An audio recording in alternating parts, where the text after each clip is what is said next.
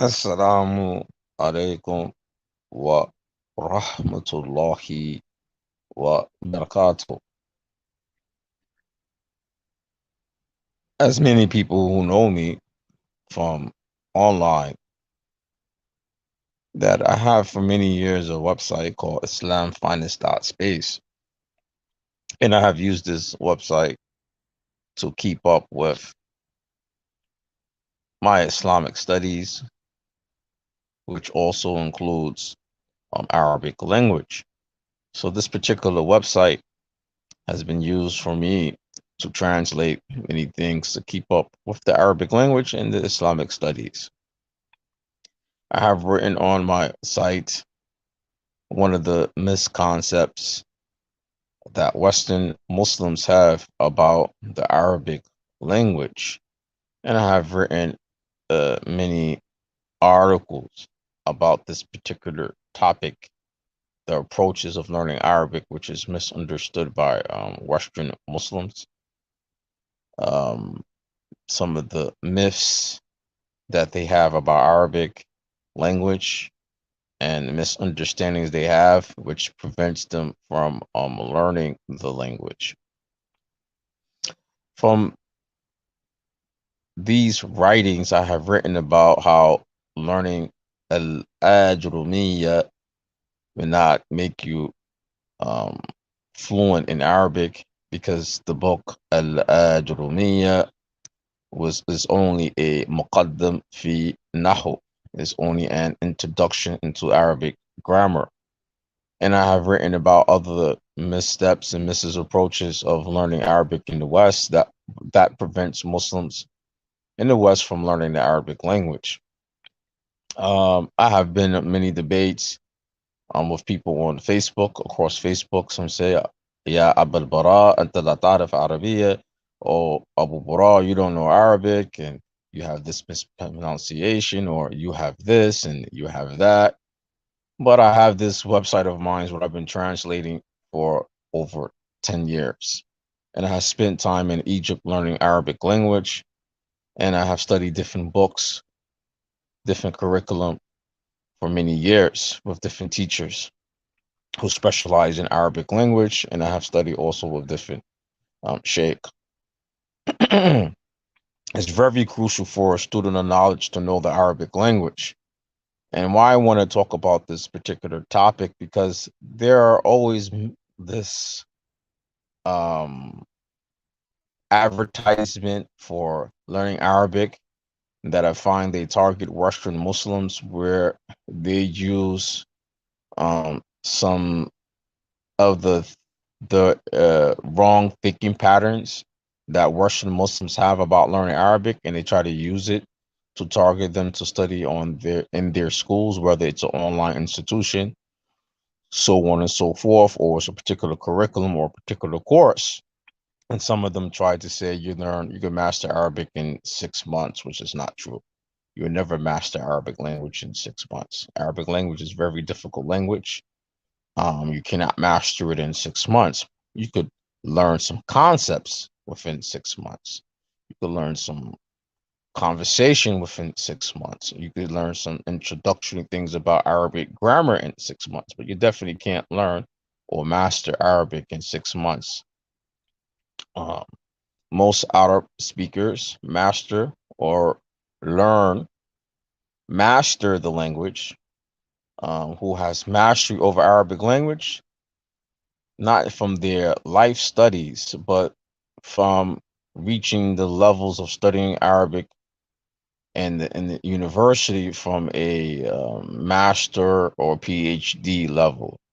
That's somebody who has mastery over Arabic language. So if you're not, if you don't got high school in Arabic language, grade school, high school, college, like this, you definitely not going to master no Arabic in 6 months, because some of the doctors in the Arabic language who have mastery of the Arabic language, it took their whole lifetime. Think about it: grade school, high school, college, undergrad, then you study for your master's or your PhD. These are people who have mastery over the Arabic language. And if you don't study Arabic language with people like this, you're going to believe a lot of the shams that are being said in America or in the West about learning Arabic. First and foremost, I seen a video today of somebody saying, comparing the English language with learning Arabic or the Arabic language. And he says in British English or American English, we say tomatoes. And he said some people would disagree and say tomatoes and so on and so forth. And he's trying to say that these type of things don't exist in the Arabic language. Well, you're lying. If you study Arabic language the correct way and with somebody who has their master's or PhD in Arabic language, or somebody who has their master or their PhD in any Islamic law like Sharia law, because they have to master the Arabic language, even when you want to talk about Sharia law, because Arabic language is essential for every Islamic science.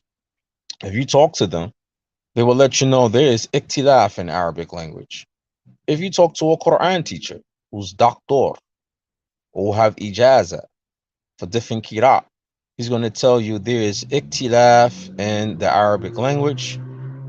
Even there's ikhtilaf when it comes to al-muqarij, pronunciation in Arabic. There is much difference of opinion of pronunciations. And some of the proofs and the evidence that you could realize for that is from the different styles of qira. For example, Hafs, Gayru Makdubi alayhim, Warish, Gayru Makdubi alayhum. They don't say alayhim, they say alayhum, right? And there's other different, there's up to 9 to 10 different qira, which differ in pronunciation, differ in rules of tajweed, which also includes different rulings pertaining to a nahu, Arabic grammar. All right. So there's difference of opinions and khilaf when it comes to Arabic language, which includes pronunciation and grammar and all these things. Many people don't know, but they think that there's only two schools of thoughts in Arabic grammar or Arabic language. That's Kufi and Basri. There's more than two madhabs. Right? These two madhabs are very famous in the Arabic grammar, but there's more than that. Because Kufi and Basri represents two cities in Iraq.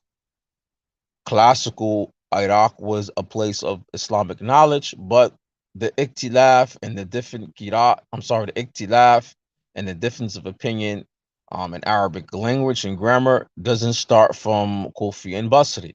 It starts way before that.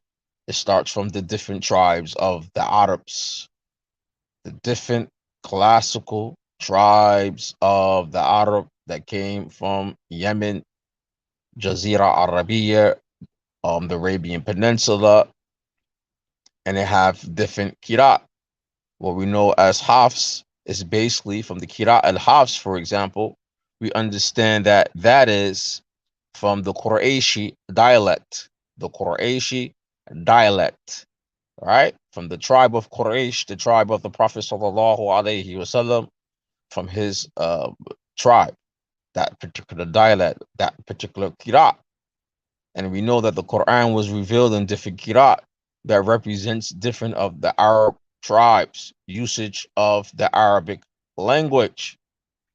We will also see in the authentic hadith of Khalid ibn Walid when he was Muslim. The Prophet sallallahu alaihi wasallam sent the Muslims out to a group of people, non-Muslim, to convey Islam, and they conveyed, but Khalid ibn Walid misunderstood them agreeing to convey to Islam, and he fought against them. And the Prophet sallallahu alaihi wasallam went and paid the blood money for his mistake. They said there was a language barrier between language. He was fighting another Arab tribe,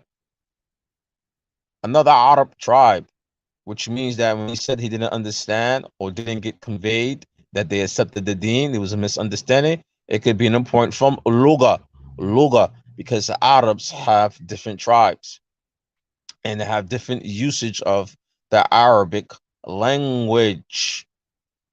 So when people talk about, like I listen in the West in America for some of the Muslims, and they use that example I mentioned in the beginning, tomato or tomatum, and the Fusha don't have these things. This person don't know what they're talking about. Even in spelling, like the word minhaj, the word minhaj in Arabic have different spellings for it, different spellings, right?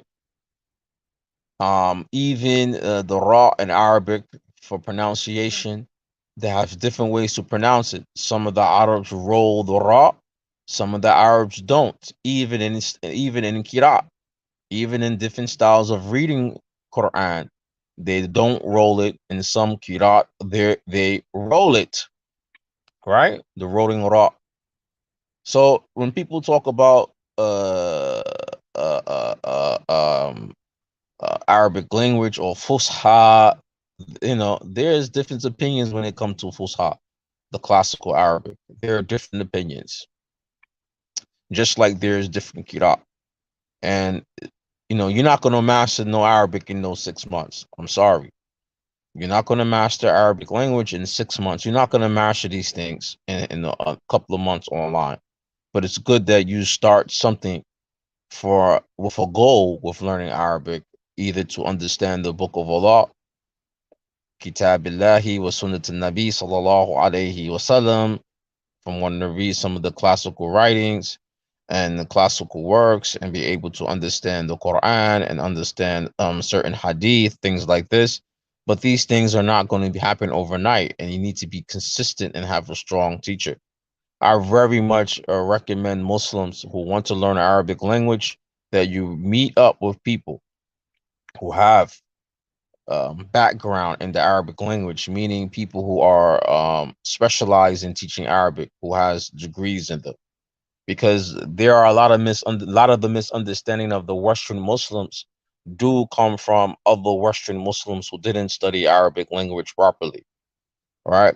I remember once on Facebook I was in a debate about different wordings, right? And this is a brother I know from Yemen who studied in Damaj. I put for bait buyut, right? So I said buyut has different usage. The plural for bait have different usage. It means houses. The plural for houses also mean poems. He said, no, brother. Abiyat is the other plural for poetry or lines in poetry. Abiyat, which is true. And I showed him that, oh no, brother, Arabs also use the plural buyut for poetry. And I gave him an article from Egypt when they had a contest of poetry and they put for the plural buyut. And I told him this is not a mistake. And I said, journalist in Arabic studies Arabic grammar in and out. I said, there's different usage for different words and certain plurals. And he was shocked to see this. And he thought I didn't know what I was talking about until another outer person told him, yes, this is true. That buyut also means abiyat for poetry. Like I said, maybe in Yemen, they don't use that plural. They don't use those usage of that word. See, and even amongst the Arab countries, that still have the system of Arabic language and their schooling and their government, they have their own usage of proper Arabic because Fusha really don't mean classical Arabic. Some people translate that Fusha means classical Arabic. Fusha don't literally means classical Arabic because Arabs have a lot of dialects that's far away from Fusha. Fusha means speaking Arabic properly. All right. Fusha means in Arabic to speak Arabic properly. Ajam or Ajami, the person who is Ajami or Ajam. Ajam doesn't mean a foreigner who don't know Arabic or non-Arabic speaker. Ajami also means the person who don't speak Arabic correctly. All right. So sometimes when people are saying Fusha and they're talking about classical Arabic, is because some of the modern day dialects of the Arabic language is not Fusha. It's not proper Arabic because they have words in it and vocabulary in it that is not Arab origin. For example, Egyptians. They have a lot of words in their dialect that is not Arabic and is not proper grammar. Moroccans, they call it Darija. They have their dialect has a lot of French and Berber in it and Spanish due to being on the coast, Morocco being close to the coast of Spain, and Berber due to the Berbers in it, and French, there's even French words in Moroccan dialect due to being colonialized by the French. Egyptians likewise, they have a lot of words in Egyptian dialect that is not Arabic because Egyptian people are originally not Arabs and they've been conquered by other people. They've been conquered by the Turks, Muslim Turks. So there's some Turkish words in Egyptian dialect. They've been conquered by the British. So there's some English words in their dialect. And then they have some non-Arab speakers and within Egypt which some of their words might be in their dialect. You know, Egyptian says malaksh dawa. Malaksh, this is not Arabic word. It means like mind your business, right? La ya'anini. This is Arabic classical or proper way, right? So Egyptians have a word like yeah, hashtani. You know, I miss you. This is not classical Arabic. This is not proper Arabic. This is not Arabic wordings. So Egyptians have a lot of dialect words that are not Arabic. So that's why when some people say they don't speak Fusha, they don't. It really Fusha means they don't speak Arabic properly because we understand in Arabic grammar the rules of the Qawadir of Nahu. The rules of Nahu is that any words that are not Arabic they're not Arabic is not correct, right? So this is why they say their dialect today is not Fusha, and it's a lot of their dialects are not Fusha, like from Al-Amiya, which means slang, the Egyptian dialect, and Darija, which is the Moroccan dialect, have Spanish and all these other words. And the reason why people understand Egyptian dialect due to Egyptians in the Arab world run the cinema that have the cinema, basically like Bollywood or Hollywood is in Egypt. So they produce all the movies and entertainment world comes out of Egypt. So this is why a lot of Arabs understand Egyptians dialect, but it's not proper Arabic. So in this particular video, um, if you really want to understand the Arabic language, I always recommend people, students who wants to be serious about Arabic, look for people who got qualifications in the Arabic language and who specialize in teaching non-Arabic speakers Arabic. Get with these individuals and you will learn a lot this way for those who live in the West or go and study in an institution for Arabic overseas, like some people study in Egypt, and some people study it when they go to Saudi or go to Medina on the 2-year Arabic program before they enter into the faculty, and likewise in Egypt and Ashar University or Egyptian institutions they have for learning Arabic language. This way you will start learning um Fusha, all right, Fusha. And if you study in the university level, then you will start understanding about the different madhahib, different schools of thoughts. Because even Arujumiyya is coming from a particular madhab from Arabic language, right? You have other books that are stronger than Arujumiyya, like Alfiya ibn Malik. This is another classical book on Arabic grammar coming from a particular madhab. I believe it's Basri. Um, and this is where you can study learning them and things like that. But there are different schools of thoughts in Arabic language. So some of the different schools of thought in Arabic language and Arabic grammar, it comes from, like I said, classical old Arab tribes from Yemen and Jazira Arabiya. Then later on, the Mathahib, which is our the two famous ones, it come out of Iraq, Kufri and Basri, and these are actually named after two cities in Iraq. So there's more to that also, and there's more to the different schools of thoughts pertaining to Arabic grammar, pronunciations, and things like that. They do have differences of opinion of each other. So when people say that, I listened to the brother today say that, a Fusha English language. It's like, tomatum, tomatoes, and this and this and that. I'm like, we talking about? Arabic language have so much khilaf and qira. They have khilaf and tajweed. They have khilaf and muqarij. They have khilaf and nahu wa sarf. And if you study the different styles of qira al-Quran, you can see them in the different styles and qira of Quran. The different pronunciations or the grammar rules have changed. One rule applies here, but in another qira, that particular rule does not apply. Right? There's a lot of this, and to understand the different madhahib of Arabic language, that takes study Arabic language on a higher level, inshallah.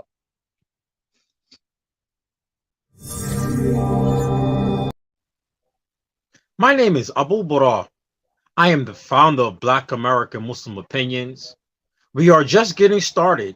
Our mission is to openly discuss and examine social issues faced by Black Americans in their communities and formulate solutions that can be implemented in these communities from an Islamic perspective. We need your support to keep the organization going.